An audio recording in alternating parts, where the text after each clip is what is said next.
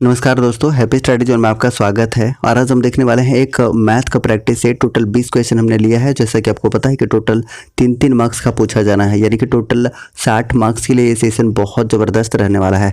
तो चलिए आज का सेशन स्टार्ट करते हैं क्वेश्चन नंबर फर्स्ट के साथ में। और पहला क्वेश्चन है कि 150 मीटर इंटू 130 मीटर के आयताकार हॉल पर टाइल्स बिछाने के लिए न्यूनतम कितने वर्गाकार टाइलों की आवश्यकता होगी। अब वर्गाकार आपको पता है कि ये सारे के सारे साइड बराबर होनी चाहिए। अब देखिए यहाँ पर जो आपको दिया हुआ है, ये जो दिया हुआ है 150 इंटू 130 दिया हुआ है, ये दोनों का आप सबसे पहले एचसीएफ निकाल लीजिए, जिससे आपको पता चल जाएगा कि वो जो छोटा सबसे छोटा वर्ग होगा उसका भुजा आपको कितना रखना है। तो देख लीजिए इसका एचसीएफ जब हम फाइंड आउट करते हैं तो बड़े ही आसानी से यहाँ पर कर सकते हैं। सबसे पहले आप 150 को तोड़ लीजिए, तो आप कहेंगे कि 15 इंटू 10 हो जाएगा। उसी तरीके से मैं कहूँगा कि 130 को भी तोड़ लीजिए, तो 13 इंटू 10 हो जाएगा। तो अब देखिए कि दोनों में 10 कॉमन है, 10 कॉमन है, तो आप समझ सकते हैं कि 10 इसका एचसीएफ हो जाएगा, एचसीएफ 10 हो जाएगा। ठीक है, बस अब आसानी से आप निकाल सकते हैं। यानी कि आप 150 इंटू 130 डिवाइडेड बाई कितना कर लीजिए, तो 10/10 का कर लीजिए, क्योंकि वर्गाकार हो गया ना।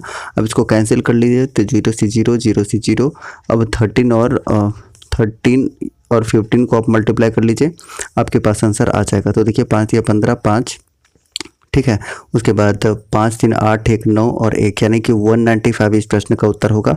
जितने भी आप आंसर कर रहे हैं, ऑप्शन नंबर डी इस प्रश्न का उत्तर हो जाएगा। ठीक है, तो चलिए अगले क्वेश्चन की तरफ बढ़ते हैं। अगला क्वेश्चन आपके सामने है क्वेश्चन नंबर 2, और ये भी देखिए काफ़ी इंटरेस्टिंग और काफ़ी ईजी है वैसे, लेकिन थोड़ा सा कैलकुलेशन करना पड़ेगा आपको। देखिए क्वेश्चन क्या है कि ए, बी और सी एक काम को अकेले क्रमशः 24, 30 और 36 दिनों में कर सकते हैं। सभी ने 3 दिन के लिए एक साथ मिलकर काम किया, फिर ए और सी छोड़कर चला जाता है, तो बी अकेले काम करते हुए कितने दिनों में बचा हुआ शेष काम पूरा करेगा। अब देखिए बहुत ही आसानी से सबसे पहले क्या करिए कि ए बी सी का एलसीएम आप निकाल लीजिए। अब एलसीएम कैसे निकालते हैं, तो देखिए बड़े आसानी से हम निकालने की कोशिश करते हैं, समझिएगा। देखिए ए बी सी पहले हमने ऐसे लिख लिया, और इनका जो है कितना है, तो 24 दिन में कर सकते हैं, ये 30 डेज में, और ये 36 डेज में। अब सभी का एलसीएम आप निकालेंगे तो आपके सामने एलसीएम कितना निकल कर आ गया, तो देख लीजिएगा। इसका एलसीएम आप जब निकालेंगे तो 8 9 5 8 9 72 को 5 से मल्टीप्लाई करेंगे 360, यानी कि 360 आपके पास क्या निकल कर आ गया, तो आप कहेंगे कि इसका एलसीएम निकल कर आ गया। बस अब सभी को कैपेसिटी निकाल लीजिए कितना हो जाएगा, तो आप कहेंगे कि इसका 12 निकल कर इसका 15 आ जाएगा। ठीक है, और बी का कितना हो जाएगा, 12 आ जाएगा, और सी का कितना हो जाएगा, और 36 से अगर डिवाइड करेंगे तो 10 आ जाएगा। ठीक है, ये आपके सामने क्या आ गया, इन सारे का कैपेसिटी आ गया। अब आपको क्या करना है कि तीनों ने एक साथ मिलकर काम किया था 3 दिन तक। ठीक है भाई, तीनों ने मिलकर 3 दिन तक काम किया था, तो तीनों को आप जोड़ दीजिए। जोड़ने के बाद कितना हो रहा है, 27 और 10 37 हो रहा है। देखिए 37 हो रहा है, कितने दिन तक काम करते हैं, तो आप कहेंगे कि 3 दिनों तक काम करते हैं, और इसको मल्टीप्लाई करेंगे तो आपके सामने कितना आ जाएगा, तो आप कहेंगे कि 3 1 11, यानी कि 121 आ जाएगा। यानी कि तीनों ने मिलकर 111 काम कर लिया है, और हमारे पास टोटल काम कितना है, तो आप कहेंगे कि 360 है। तो 111 को आप यहाँ पर माइनस कर दीजिए, शेष काम बचा हुआ आपको मिल जाएगा। तो देखिए इसको माइनस कर लीजिए, और माइनस करने के बाद आपको कितना बचेगा, तो आप कहेंगे 942, यानी कि 249 ये जो है ये शेष काम बचा हुआ है। और अब ए और सी काम छोड़कर चला जाता है, तो किसको करना पड़ेगा, तो आप कहेंगे कि बी को करना पड़ेगा। और बी का कैपेसिटी कितना है अगर आपसे पूछ लिया जाए, ये देखिए बी है और बी का कैपेसिटी कितना है, तो आप कहेंगे कि 12 है, 12 है। यानी कि जो आपका 249 बच के ये शेष कार्य है, और इसका कैपेसिटी कितना है, तो 12 है। तो बस 249 को अब 12 से डिवाइड कर लीजिए, कितना हो जाएगा, 249 डिवाइडेड बाई कितना, 12।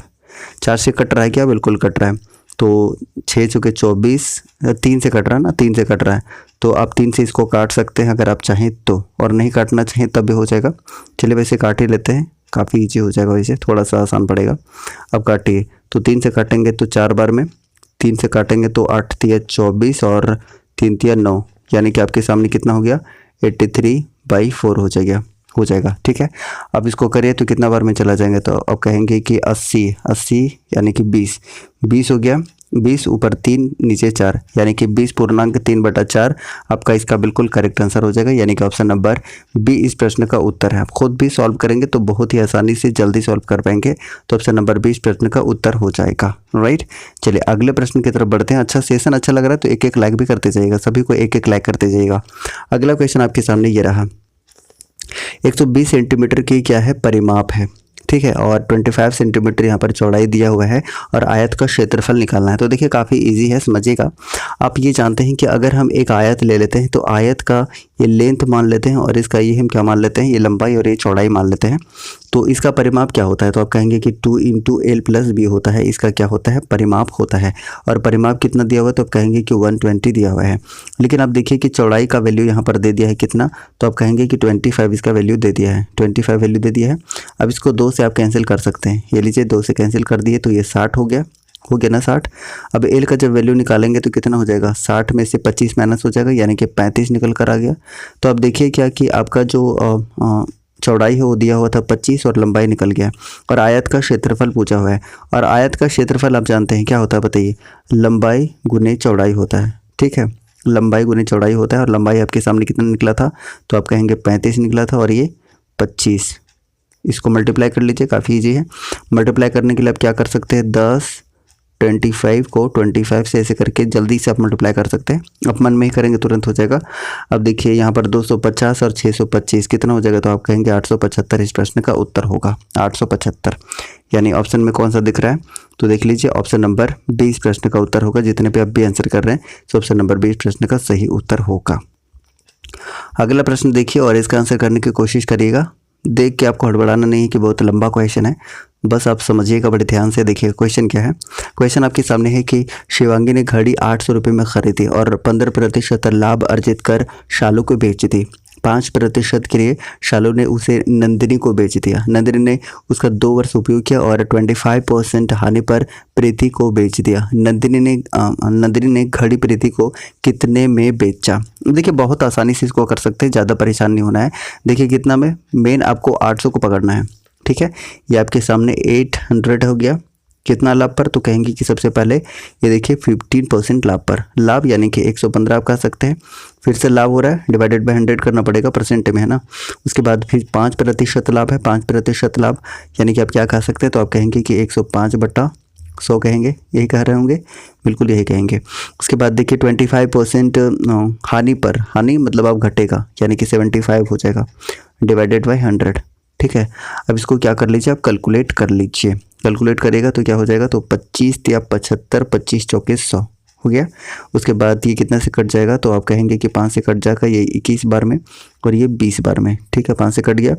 फिर और भी हम 5 से कैंसिल कर सकते हैं, ये देखिए 23 × 5 = 115 और यहाँ ये 20 बार में कट जाएगा। और अब क्या कर सकते हैं, कौन कौन सा जीरो कैंसिल कर सकते हैं, ये देखिए इसका 1 0, इसका 1 0, इसका 1 0, इसका 1 0, ये दोनों जीरो कैंसिल हो गया। उसके बाद देखिए यहाँ पर 8 है ना, 8, ये 8 और ये देखिए 4 दूनी 8, ये पूरा कैंसिल हो गया। यानी कि नीचे क्या बच गया है, नीचे सिर्फ आपका 2 बच गया है, और ऊपर में आप देखिए तो आपके सामने बचा हुआ है 23, 21 और 3 बचा हुआ है। अब देखिएगा ध्यान से, तो आप क्या कर सकते हैं कि 23 या 69, 23 या 69 को आप क्या कर सकते हैं, 21 से मल्टीप्लाई कर सकते हैं। और कितना आपके सामने आ रहा है, अगर मैं आपसे पूछ लूँ तो आप कहेंगे कि 9, उसके बाद 9 दूनी 18 और 6 24, 4 2, 6 दूनी 12, 2 14, यानी कि इतना आ रहा है आपके पास। तो आप कहेंगे कि 1449 आ रहा है, डिवाइडेड बाई 2 हो जाएगा ना। इसको आप कर लीजिए सॉल्व, कितना हो जाएगा बताइए। तो आप कहेंगे कि 724 पॉइंट कितना हो जाएगा, 5 हो जाएगा। और यही इस प्रश्न का उत्तर भी है। बोलिए समझ आया? अगर समझ आया तो फटाफट से एक लाइक कर दीजिएगा और बताइएगा कि सेशन आपको कैसा लग रहा है। बताइए इस प्रश्न का उत्तर क्या हो जाएगा। ऑप्शन नंबर ए इस प्रश्न का उत्तर होगा। जितने भी आप ए आंसर कर रहे हैं, ए इस प्रश्न का सही उत्तर होगा।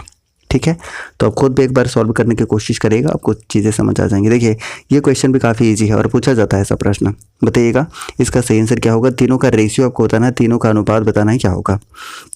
तो अगर आप ऐसा करें कि 3a = 5b = कितना है, 4c है। आप ऐसा करिए कि इसको k के बराबर आप मान लीजिए। वैसे बहुत सारे तरीके हैं, लेकिन जो मैं तरीका सोचता हूँ वो देखिए कैसे है। अब देखिए क्या कर सकते हैं आप ऐसे कर सकते हैं कि 3a = k आप मान सकते हैं क्या, बिल्कुल मान सकते हैं। और अगर मैं पूछ लूँ कि आप ये बता दीजिए कि a का वैल्यू क्या होगा, तो आप कहेंगे कि k/3 हो जाएगा, k/3 हो जाएगा। उसी तरीके से b का वैल्यू अगर मैं पूछ लूँगा तो आप क्या कहेंगे, यानी कि k/5 हो जाएगा। c का वैल्यू पूछ लेंगे तो क्या कहेंगे, तो आप कहेंगे कि k/c हो जाएगा। ठीक है, अब देखिए यहाँ पर बड़ी आसानी से अब a b c तीनों का आप रेशियो में बदल लीजिए, यानी कि तीनों को रेशियो में करेंगे कितना हो जाएगा, तो आप कहेंगे कि k/5 k/3 ना, k/3। उसके बाद नेक्स्ट देख लीजिए, तो आप कहेंगे कि k/b, फिर क्या कर सकते हैं, आप कहेंगे k/b, b का वैल्यू यहाँ पर 5 रखेंगे और c का यहाँ पर कितना रखेंगे, 4 रखेंगे। अब देख लीजिए, अब k तो कैंसिल हो जाएगा, अल्टीमेटली k क्या हो जाएगा, कैंसिल हो जाएगा, यानी कि 1/3, 1/5, 1/4। यानी कि अल्टीमेटली हम आपको ये बताना चाहते थे कि जब भी ऐसा क्वेश्चन आपको मिले तो आप क्या कर लीजिए, आपको ऐसा करना है ना कि आप 1/3 बस उल्टा कर लीजिए सबको, है ना, रेसिप्रोकल कर लीजिए, 1/5 और फिर कितना 1/4। बस अब आपका रेशियो निकल गया। नीचे आप एलसीएम ले लीजिए, कितना निकल जाएगा, तो आप कहेंगे कि 5 को 20 या 60 को फिर 3 से क्या करेंगे, डिवाइड करेंगे, तो आपके सामने हो जाएगा 20 और फिर 60 को करेंगे तो कितना हो जाएगा बताइए, 60। तो कितना हो जाएगा, 12 25 60 और 15 चौके 60, यहाँ पर हो जाएगा 15। यानी आपके सामने 20 12 15 ये आपका रेशियो आ गया। मैं बता रहा हूँ इसलिए समय लग रहा है, आप स्पीड में बनाएंगे तो तुरंत बनेगा, राइट। तो 5 का सही आंसर क्या बनेगा बताइए, option number C. Option number C इस प्रश्न का उत्तर है। जितने भी आप सी आंसर कर रहे हैं बिल्कुल सही जा रहे हैं। पीडीएफ मिल जाएगा, डोंट वरी। पीडीएफ कहाँ मिलेगा, तो टेलीग्राम में मिलेगा। टेलीग्राम का लिंक कमेंट बॉक्स में पिन किया हुआ है, आप वहाँ से ज्वाइन कर लीजिएगा, या @हैप्पी स्टडी जोन भी सर्च करेगा तो आपको वहाँ से मिल जाएगा, ज्वाइन कर लीजिएगा। बहुत सारे पीडीएफ वहाँ पे मिल जाएंगे आपको प्रैक्टिस के लिए, राइट। ओके, उन संख्याओं का मान ज्ञात करें जिनके बीच का अंतर कितना है। बीच का अंतर आपको 35 मिलना चाहिए और परस्पर मान का जो अनुपात है वो 2/7 होना चाहिए। अब देखिए यहाँ पर करेंगे क्या, यहाँ पर किसी तरह का आपको एक्स वगैरह कुछ भी मानने की आवश्यकता नहीं है। आप ऑप्शन को पकड़िए कि आपके सामने कौन सा ऐसा ऑप्शन है जिसका डिफरेंस सबसे पहले 35 आपको मिल रहा है। तो देखिए इसमें तो 35 नहीं मिल रहा है, इसमें भी 35 नहीं मिल रहा है, इसमें देखिए इसमें तो मिल रहा है लेकिन 7/42 है, यानी कि इसको अगर काटेंगे तो 1/6 हो जाएगा, यानी कि 2/7 होना चाहिए, तो ये भी नहीं होगा। तो आंसर क्या हो जाएगा, ऑप्शन नंबर ए हो जाएगा। और देखिए इसको चेक करके देखिए अंतर आ रहा है क्या, आप 49 में से 14 को माइनस करके देखिए तो आप कहेंगे कि हाँ 35 तो आ रहा है। बिल्कुल एक कंडीशन को तो ये सेटिस्फाई कर दिया। उसके बाद देखिए इसको हम क्या करते हैं कि अनुपात में देखते हैं, तो आप कहेंगे कि 14/49 ये कहेंगे। अब इसको काटिए तो 7 दूनी 14 और 7 7 49, 2/7, यानी कि दोनों ही कंडीशन को ये फुलफिल कर रहा है, इसलिए ऑप्शन नंबर क्या हो जाएगा, ऑप्शन नंबर ए इस प्रश्न का उत्तर होगा। जितने भी आप ए आंसर कर रहे हैं option A should be correct answer, ठीक है। अब देखिए अगला प्रश्न करते हैं, और ये भी काफ़ी अच्छा प्रश्न है और समझ आ जाएगा आप लोग को, और ख़ुद भी आप कोशिश करिए कि इसको कैसे सॉल्व करना है। एक विक्रेता कितना, तो 178.5 प्रति किलोग्राम की दर से सेब बेचता है, उसे 15% नुकसान होता है। 252 प्रति किग्रा यानी किलोग्राम पर बेचने से उसका लाभ प्रतिशत कितना होगा, ये आपको बताना है। तो देखिए यहाँ पर नुकसान हो रहा ना गाइस कितना, तो आप कहेंगे कि 15% इसको नुकसान हो रहा है, यानी कि वो बेच कितना में रहा है, तो बेच रहा है 85% में, और यही 85% का वैल्यू कितना दिया हुआ है, तो आप कहेंगे कि 178.5 दिया हुआ है, यही कहेंगे। तो आपको अगर इसका क्या चाहिए, सीपी चाहिए। अगर इसका सीपी चाहिए तो 100%, सीपी क्या होता है, 100% होता है क्रय मूल्य। बस अब क्रॉस मल्टीप्लाई कर लीजिए, आपको आंसर मिल जाएगा।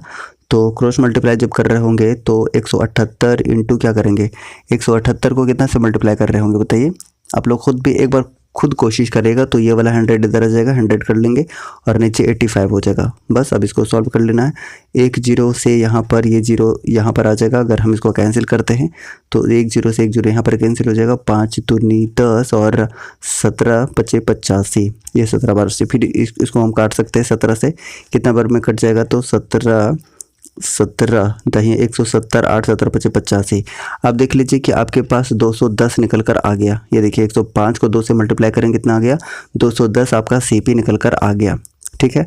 जब आपके पास सीपी निकल कर आ गया और आपको यहाँ पर एसपी दिया हुआ है, 210 माइनस करेंगे तो कितना बचेगा, तो आप कहेंगे कि 242, यानी आप कह रहे होंगे कि 42 इसका लाभ होगा। और लाभ कैसे निकालते हैं, तो ये जो लाभ है और हमने अभी निकाला था 210 इसका सीपी निकाला था, इंटू 100 कर देते हैं। बस आप वो कर लीजिए, 1 0 से 1 0 कैंसिल हो जाएगा और 21 दूनी 42 दो बार में, यानी कि 10 दूनी 20% इस प्रश्न का उत्तर होगा। जितने भी आप 20% आंसर कर रहे हैं ऑप्शन नंबर डी, ठीक है। बोलिए समझ आएगी नहीं। अगर समझ आता जा रहा है और अच्छा लग रहा है सेशन, तो एक बार सभी लोग लाइक कर दीजिएगा दबा के, सभी कोई, ऐसा ना हो कि कोई भी छूट जाए। अगला प्रश्न आपके सामने है कि 600 एक्स का कितना है तो 0.05% है, तो एक्स का वैल्यू फाइंड आउट करना। ये तो काफ़ी इजी है मेरे ख्याल से, इसका आंसर तो सभी को फाइंड आउट करना चाहिए कि सही आंसर क्या होगा। अब देखिए यहाँ पर करना क्या है आपको, कि आप कहेंगे कि एक्स इंटू 0.05%, परसेंट को हटाइए, यहाँ पर 100 ले आइए और यहाँ क्या हो जाएगा, तो आप कहेंगे कि 600 हो जाएगा। ठीक है, अब आप क्या कर सकते हैं, आप ऐसा कर सकते हैं कि ये दोनों को मतलब यहाँ से हटाइए और 2 जीरो आप यहाँ पर लगा दीजिए। एग्जैक्टली आप लगा भी सकते हैं। और फिर क्या कर सकते हैं, अब यहाँ से आप 5 से इसको कर लीजिए क्या, डिवाइड, कट कर लीजिए, तो कितना हो जाएगा, 120 बार में कट जाएगा, 12 25 60 और 1 जीरो, यानी कि 12 में कितना जीरो हो जाएगा, तो पहले से 1 जीरो और यहाँ 4 जीरो, यानी कि टोटल 5 जीरो आपको लगना चाहिए। ठीक है, ये 5 जीरो किस में है, तो आप कहेंगे ऑप्शन नंबर ए में है, और ऑप्शन नंबर ए इस प्रश्न का उत्तर हो जाएगा। जितने भी ए आंसर कर रहे हैं, ए इज करेक्ट वन। ठीक है, बोलिए समझ आ रहा, बताइए सभी लोग एक बार कमेंट करके बता दीजिएगा कि सेशन कैसा लग रहा है। 9 का सही आंसर बता दीजिएगा। आपको बताना है कि एक टैक्सी 120 किलोमीटर पर घंटा की रफ्तार से निश्चित दूरी की यात्रा 35 मिनट में पूरा करती है। उस दूरी को 21 मिनट में पूरा करने के लिए अपनी गति में कितनी वृद्धि करनी चाहिए। अब देखिए बहुत आसान है, ऐसा क्वेश्चन पूछा जाता है हालांकि। अब देखिए समझिएगा, आपके सामने स्पीड दिया हुआ है, डिस्टेंस तो दिया हुआ नहीं है, उसी दूरी को बार बार दूरी की बात कर रहा है, निश्चित दूरी की बात कर रहा है। तो हम ऐसा करते हैं कि सबसे पहले हम दूरी को फाइंड आउट कर लेते हैं। तो यहाँ पर क्या दिया हुआ है, तो आप कहेंगे कि ये देखिए स्पीड दिया हुआ है, टाइम दिया हुआ है, और स्पीड और टाइम दिया हुआ है, तो आप आराम से क्या निकाल सकते हैं, आप आराम से डिस्टेंस निकाल सकते हैं। कैसे, तो देखिए स्पीड 120, ठीक है, और टाइम कितना दिया हुआ है, तो आप कहेंगे कि आपके पास टाइम कितना दिया हुआ है, तो आप कहेंगे कि 35 दिया हुआ है, लेकिन ये मिनट में दिया हुआ है। तो इसको हम क्या करते हैं कि आवर में बदल लेते हैं, घंटा में बदलने के लिए 60 से डिवाइड कर देंगे। तो देखिए ये कट जाएगा 2 बार में, यानी कि 35 दूना 70 किलोमीटर जो है ये इसका क्या है, डिस्टेंस है। 70 किलोमीटर क्या है, डिस्टेंस है, ये आप समझ सकते हैं। अब देखिए आपके पास क्या दिया हुआ है, तो आपके पास दिया क्या है, 21 मिनट, 21 मिनट ये टाइम दिया हुआ है। 21 मिनट में पूरा करने पर कितना उसके गति में वृद्धि करना होगा, ये आपसे पूछा हुआ है। तो आपके सामने डिस्टेंस निकल कर कितना आ गया, तो आप कहेंगे कि 70 किलोमीटर आपके सामने निकल कर आ गया है। अब आपको निकालना क्या है, स्पीड निकालना है। ठीक है, स्पीड निकालना है, तभी तो हम बता पाएंगे कि कितना वृद्धि करना पड़ेगा। तो देखिए स्पीड निकालने के लिए क्या करेंगे कि डिस्टेंस कितना है, तो आप कहेंगे कि 70 है। ठीक है, टाइम कितना है, तो आप कहेंगे कि देखिए 21 है। 21 क्या है, ये मिनट में है। इसको घंटा में बदलने के लिए क्या करेंगे, 60 से आप डिवाइड कर रहे होंगे, बिल्कुल करेंगे, करना ही पड़ेगा, कोई उपाय नहीं है। अब देखिए आगे हम करते क्या है, इसी को सॉल्व करने की कोशिश करते, तो 70 तो रहेगा ही, 70 का डिवाइड 1 हो जाएगा, और इसको हम ऊपर में पलट देते हैं तो कितना हो जाएगा, तो आप कहेंगे 60/21 हो जाएगा, बिल्कुल होगा। अब इसको क्या करिए, आप कैंसिल कर रहे होंगे, तो कैंसिल करने के बाद 7 से कैंसिल करिए सबसे पहले। तो 7 से अगर कैंसिल करते हैं तो 7 या 21 और 7 10 70, ये 10 बार में कट जाएगा। उसके बाद फिर 3 से इसको डिवाइड करिए तो 20 टर्म्स में कट जाएगा, यानी कि आपके सामने स्पीड कितना निकल कर आ गया, तो आप कहेंगे कि 200 आपके पास स्पीड निकल कर आ गया, 200 निकल कर आ गया। यानी कि कितना वृद्धि करना पड़ेगा, अगर आपसे पूछ ले कितना वृद्धि करना पड़ेगा, तो 200 है ना, 200 है, और पहले से कितना था, 120 था, तो आप इसमें माइनस कर लीजिए 120 को, तो आप कहेंगे कि टोटल कितना निकल कर आ रहा है, तो आप कहेंगे कि 80 किलोमीटर पर आवर इसका आंसर हो जाएगा, यानी ऑप्शन नंबर बी इसका बिल्कुल करेक्ट आंसर हो जाएगा। जितने भी आंसर कर रहे हैं 20 प्रश्न का बिल्कुल करेक्ट आंसर होगा। चलिए अगले प्रश्न का उत्तर कर दीजिएगा। ये थोड़ा सा आपको लेंदी पड़ेगा, लेकिन उतना लेंदी नहीं पड़ेगा। अगर आप ध्यान से देखेंगे तो चीज़ें आपको निश्चित रूप से समझ आनी चाहिए। देखिएगा कि यदि एक निश्चित राशि पर दूसरे वर्ष प्राप्त चक्रवृद्धि ब्याज कितना है, तो 1200 रुपये है। ठीक है, उसी राशि पर 10% ब्याज दर से चौथे वर्ष का चक्रवृद्धि ब्याज क्या होगा, ये आपको बताना है। तो देखिए बड़े ही आसानी से और बहुत ही अच्छे से आपको समझने की आवश्यकता होगी। आप थोड़ा सा ध्यान से समझने की कोशिश कर सकते हैं। देखिए आपके पास रेट कितना दिया हुआ है, रेट दिया हुआ है 10%, और 10% का अगर आप फ्रैक्शन वैल्यू निकालेंगे तो आप कहेंगे कि 1/10 हो जाता है। कितने मैक्सिमम साल के लिए, तो आप कह रहे हैं 4 साल के लिए। ठीक है, तो जो 4 साल के लिए रहता है उसी के पावर में हम कर देते हैं, वही पावर को मान लेते हैं, मूलधन के रूप में मान लेते हैं ऐसा, ताकि कैलकुलेशन हमारे लिए आसान हो जाए। ठीक है, तो आप क्या कर सकते हैं कि 10,000 हम मान सकते हैं, पावर 4 हो जाएगा ना, ये 10,000 आप क्या मान सकते हैं, मेन आप मूलधन मान सकते हैं। अब क्या करना है आपको, 4 वर्ष के लिए मानना है ना, 4 वर्ष आपको 4 पार्ट में डिवाइड कर देना है, और 10% इसका क्या है, रेट है। तो इसका अगर 10% आप निकालेंगे तो कितना हो जाएगा, तो आप कहेंगे कि 1000 हो जाएगा, यानी कि पहले साल के लिए सबका 1000 हो जाएगा। ठीक है, 1000 हो गया, इसका भी क्या हो जाएगा 1000 हो जाएगा। अब समझिएगा ध्यान से। अब फिर से आगे हम चेक कर रहे होंगे तो फिर इसका कितना हो जाएगा 100 हो जाएगा, इसका भी 100 हो जाएगा, इसका भी 100 हो जाएगा। ठीक है, अब आगे जब हम चेक कर रहे होंगे तो आगे करने के बाद क्या होगा, फिर से देखिए इसका तो हम 10% लेंगे ही, कितना हो जाएगा तो आप कहेंगे कि 100 हो जाएगा, और इसका भी 10% आप लेंगे यहाँ पर तो कितना हो जाएगा तो आप कहेंगे कि 10 हो जाएगा। उसी तरीके से आगे करिए तो यहाँ पर देखिए कि इसका तो 100 लेंगे ही लेंगे, इसका वाला इसका तो लेंगे ही, इसका भी लेंगे, कितना लेंगे तो कहेंगे कि 100 लेंगे। उसके बाद देखिए अब क्या करेंगे हम, अब यहाँ पर इसका भी 10% लेंगे, इसका भी 10% लेंगे और इसका भी 10% लेंगे, और 100 का 10% कितना होगा तो आप कहेंगे कि 10 होगा, फिर से 10 होगा और फिर से 10 हो जाएगा। और ये जो बच गया आपका 10, इसका भी 10% लेंगे तो 1 हो जाएगा। बोलिए समझ आ रहा है ना, बिल्कुल समझ आना चाहिए, इसको 1000 कर लीजिए। ठीक है, अब देखिए यहाँ पर आपका प्रश्न क्या पूछा था, अब बड़े ध्यान से समझने की कोशिश कर दीजिएगा कि आपका यहाँ पर पूछा क्या है। ये देखिए आपके सामने जो दिया हुआ है कि दूसरे वर्ष प्राप्त चक्रवृद्धि ब्याज कितना दिया हुआ है, 1200 रुपया दिया हुआ है। पहली बात तो ये आपके पास दिया हुआ है, और पूछ क्या रहा है आपके सामने, आपसे पूछ रहा है कि चौथा वर्ष का चक्रवृद्धि ब्याज कितना होगा। तो देखिए आप यहाँ पर देखिए कि आपका दूसरा वर्ष कितना है, दूसरा वर्ष कितना है, और आपका दूसरा वर्ष ये रहा आपका दूसरा वर्ष कितना है तो आप कहेंगे 1000 और ये 100 यानी कि 1100 आपके सामने हो जाएगा, और यही 1100 के वैल्यू कितना के बराबर है तो आप कहेंगे कि 1200 के बराबर है। अभी हमने पढ़ाया था ना आपको, तो 1200 हो जाएगा। यानी कि अगर आप 1 यूनिट का वैल्यू निकालना चाहें, 1 यूनिट का वैल्यू, तो यहाँ से 2 जीरो कैंसिल हो जाएगा, यानी कि 12 डिवाइडेड बाई कितना हो जाएगा 11 हो जाएगा। ये आपका 1 यूनिट का वैल्यू निकल गया, ताकि आप चौथा साल का आप आसानी से निकाल पाएँ।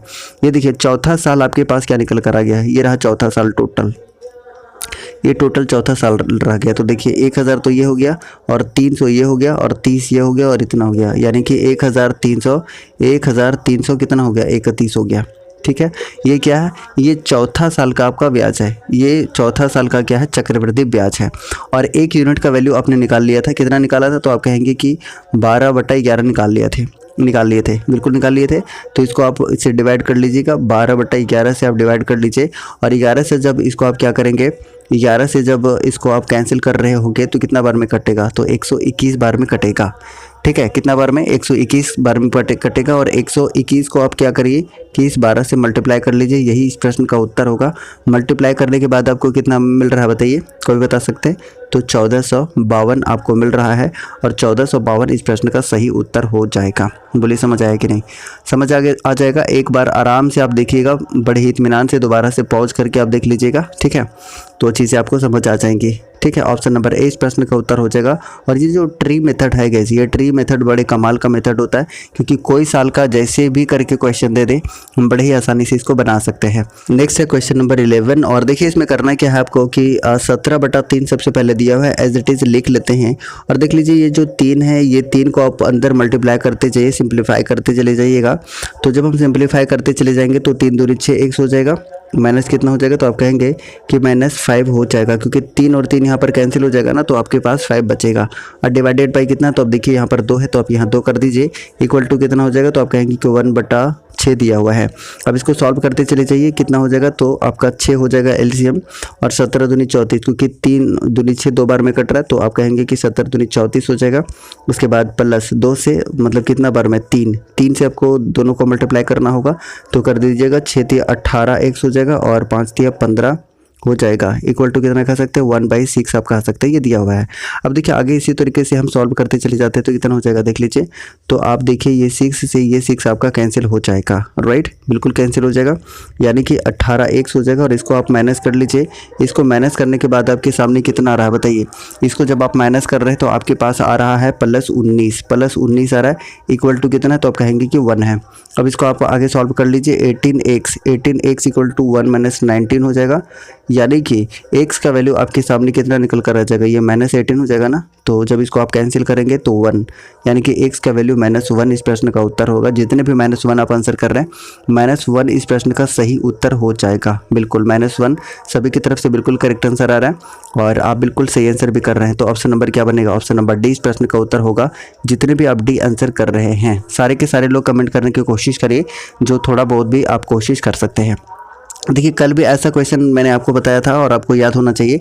देखिए ऐसे क्वेश्चन को आप तो एक वैल्यू पुटिंग से कर सकते हैं, एक आप कर सकते हैं क्या a प्लस बी का whole cube equal to A cube plus B cube plus 3ab plus, है ना, a प्लस बी, ऐसे करके कर सकते हैं। देखिए एक बार मैं लिख देता हूँ फॉर्मूला, a प्लस बी का होल क्यूब इक्वल टू आप कह सकते हैं a cube plus B cube plus क्या हो जाएगा 3ab a प्लस बी, यही फॉर्मूला होता है। इस फॉर्मूला में आप पुट करके कर सकते हैं। पहला मेथड तो ये हो गया जो कि काफ़ी लेंथी पड़ जाता है, उतना समय नहीं होता है मेरे पास, तो आसानी से इसको कैसे कर सकते हैं। देखिए यहाँ पर आपको 54 को टारगेट करना और 15 को टारगेट करना है। इसको आप देख लीजिए कि 9 छक 54 और 9 और 6 15, दोनों ही इक्वेशन को ये सेटिस्फाई कर रहा है। तो आप कह सकते हैं कि a का वैल्यू जो हो गया वो 9 हो गया और b का वैल्यू हो गया ये 6 हो गया।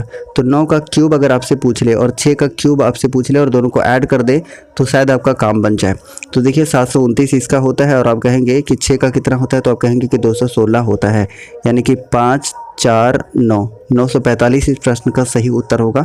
जितने भी 945 आंसर कर रहे हैं, यानी ऑप्शन नंबर क्या बन जाएगा, ऑप्शन नंबर सी इस प्रश्न का उत्तर होगा। जितने भी आप सी आंसर कर रहे हैं, बोले मज़ा आया? अगर मज़ा आ रहा है, अच्छा लग रहा है तो सेशन को एक बार लाइक करते चले जाइएगा। देखिए 30 नंबर क्वेश्चन देखिएगा कि एक भिन्न और उसके भिन्न के व्युत्क्रम के 3 गुने का योग कितना है, तो 37/10 है, वो भिन्न क्या होगा। अब देखिए समझिएगा इसको बहुत ही आसानी से ऑप्शन के थ्रू करने की कोशिश करते हैं।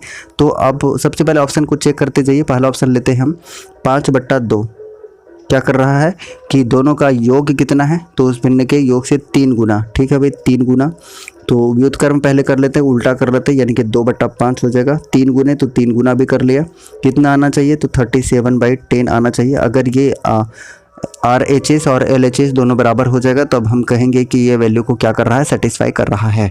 तो देखिए इसको सॉल्व करने की कोशिश करते हैं। तो कितना हो जाएगा, 5 दूनी 10, इसका एलसीएम हो जाएगा। फिर उसके बाद देखिए कि 2 5 10 यानी कि 25 हो जाएगा ऊपर में, और प्लस कितना बार में, 2 बार में, यानी कि कितना हो जाएगा बताइए। तो आप कहेंगे 3 दूनी 6 दूनी 12 हो जाएगा। ठीक है, इक्वल टू कितना आना चाहिए, तो आप कहेंगे 37/10 आना चाहिए। ठीक है, अब देख लीजिए आ भी रहा है। देखिए 25 और 12 कितना हो रहा है, 37/10, यानी कि इस वैल्यू को ऑप्शन ए बिल्कुल सेटिस्फाई कर रहा है। और अगर सेटिस्फाई कर रहा है तो ए ही इस प्रश्न का सही उत्तर होगा, आगे चेक करने की आवश्यकता है ही नहीं। तो ऑप्शन नंबर ए इसका सही आंसर हो जाएगा। जितने भी आप ए आंसर कर रहे हैं, ए इस प्रश्न का सही उत्तर होगा। ठीक है, चलिए अगले क्वेश्चन की तरफ बढ़ते हैं, क्वेश्चन नंबर 14। और देखिए ये तो आपने बहुत बनाया होगा और दोबारा से रिमाइंड में करा देता हूँ। देखिए समांतर श्रेणी का चौथा और 8वां पद आपको दिया हुआ है और 19वां पद पूछा हुआ है। अब देखिए आपके पास क्या दिया हुआ है, तो आप कहेंगे कि आपके पास A4 का वैल्यू दिया हुआ है कितना, तो आप कहेंगे कि 11 दिया हुआ है। और A8 का वैल्यू कितना दिया हुआ है, तो आप कहेंगे कि -9 दिया हुआ है। और आपका 19th पद पूछ रहा है, क्या होगा ये आपको बताना है। तो देखिए बहुत ही आसानी से इसको हम कर सकते हैं। आपको एक चीज़ पता होगा कि अरिथमेटिक प्रोग्रेशन कहते किसको, समांतर श्रेणी कहते किसको है। तो आप कहेंगे कि 1 2 ऐसे कर लेते हैं, 2 का डिफरेंस ले लेते हैं, राइट, 2 का डिफरेंस ले लेते हैं ताकि आपको समझना आसान होता है।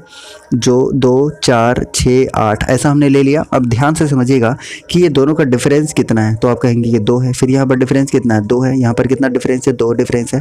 इसी को हम क्या कह रहे हैं, समांतर श्रेणी कह रहे हैं। और ये जो 2 आपको मिल रहा है इसको हम कॉमन डिफरेंस बोलते हैं, इसको हम डी बोलते हैं।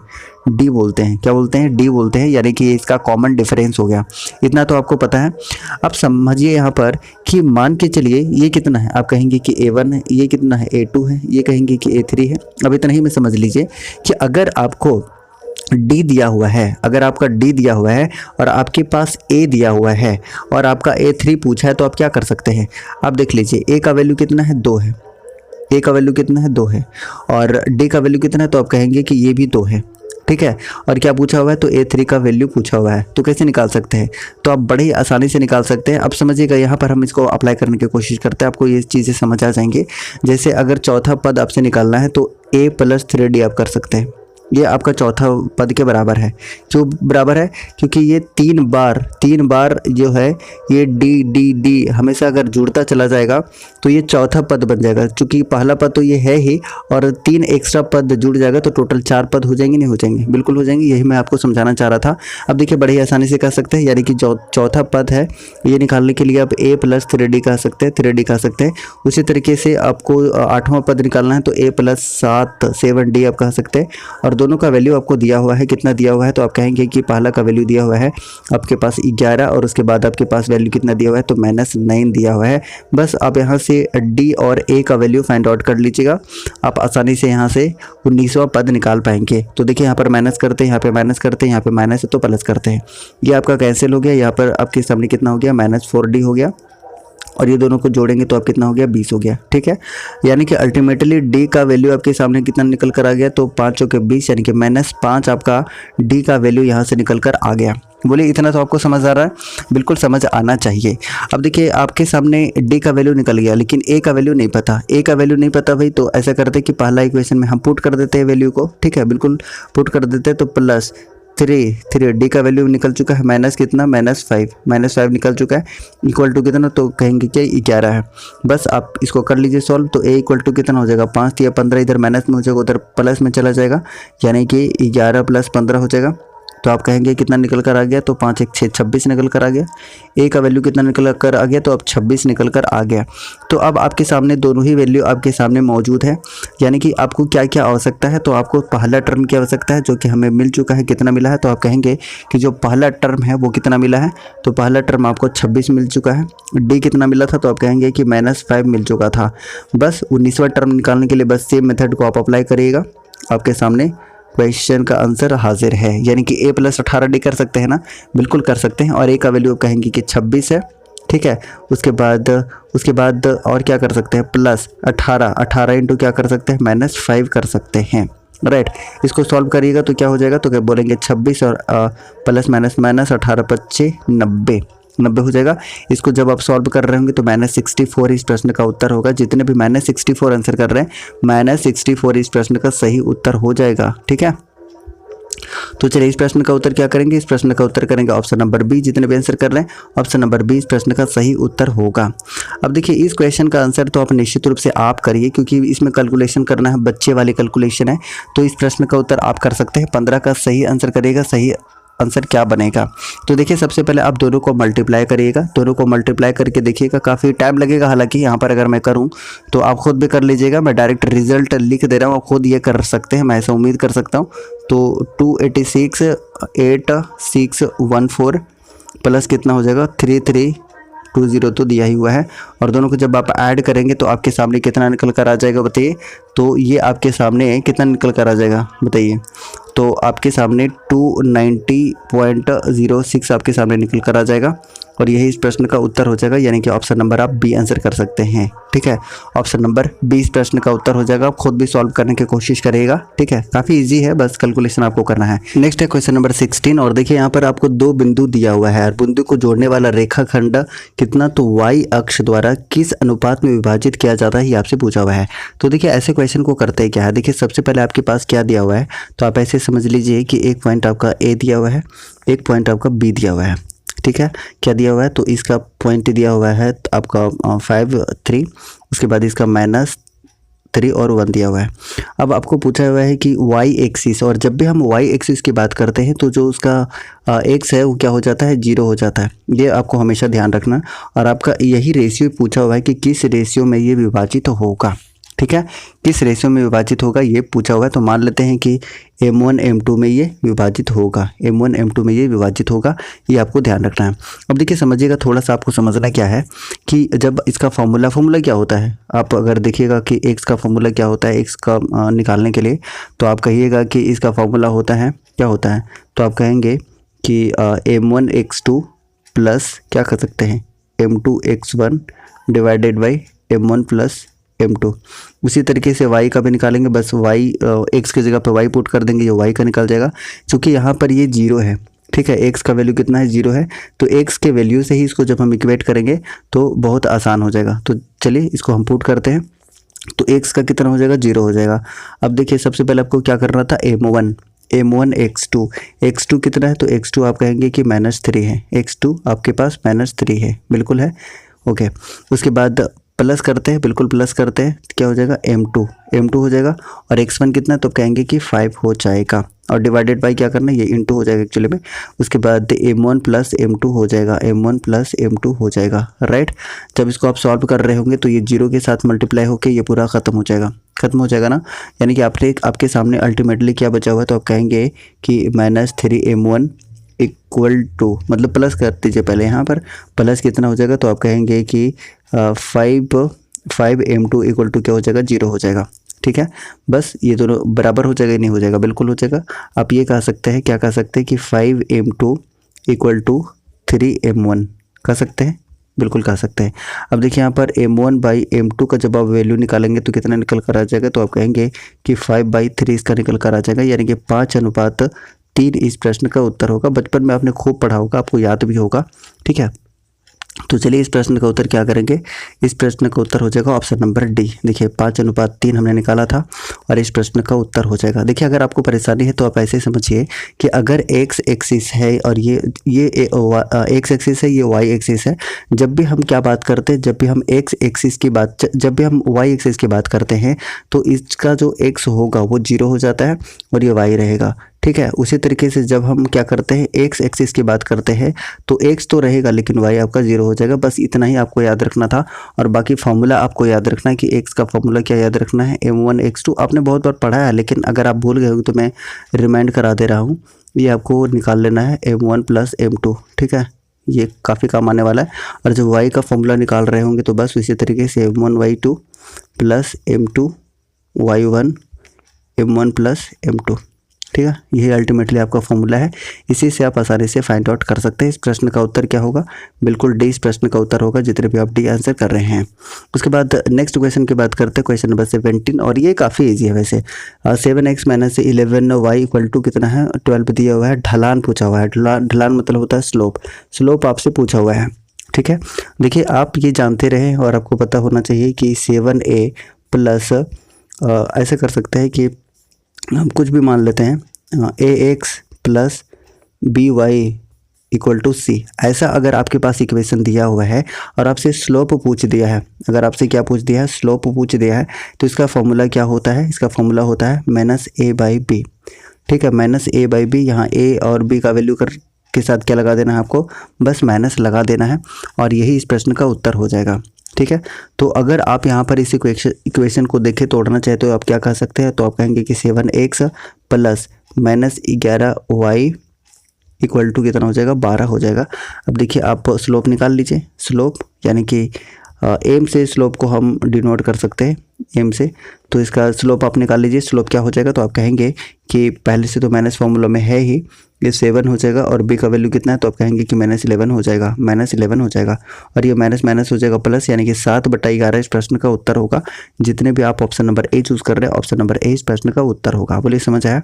अगर समझ आया तो फटाफट से लाइक कर दीजिएगा। फॉर्मूला एम का याद रख लीजिएगा, क्या होता है, तो -a/b होता है इक्वेशन के अनुसार। ठीक है, चलिए अगला प्रश्न का उत्तर करना, ये भी काफ़ी इजी है। इससे रिलेटेड एक क्वेश्चन हमने कल भी बताया था। देखिए त्रिभुज आपका XYZ दिया हुआ है और PQR दिया हुआ है, दोनों समरूप है, ये आपको ध्यान रखना है। दोनों समरूप है और XY और PQ का रेशियो दिया हुआ है 6:1 और PQR का भी जो क्षेत्रफल है 15 सेंटीमीटर स्क्वायर दिया हुआ है और XYZ का क्षेत्रफल क्या होगा ये आपको बताना है। तो देखिए अगर दोनों समरूप है तो आप ये समझ लीजिए कि area of XYZ divided by area of PQR जो इक्वल होगा, ये बराबर होगा किसके, तो आप कहेंगे कि ये 6 है और ये 1 है, दोनों के स्क्वायर के बराबर होगा। इतनी सी बात आपको समझ रहे हैं। ठीक है, अब चलिए आगे हम सॉल्व करते हैं। तो देखिए आपके पास क्या दिया हुआ है, तो आप कहेंगे कि PQR का वैल्यू आपके सामने कितना दिया है, तो 15 दिया हुआ है, 15 दिया हुआ है, 15 दिया हुआ है। आपका वैल्यू किसका निकालना है, तो आपको निकालना है XYZ का। तो XYZ का निकालना, ये 15 तरह के मल्टीप्लाई हो जाएगा।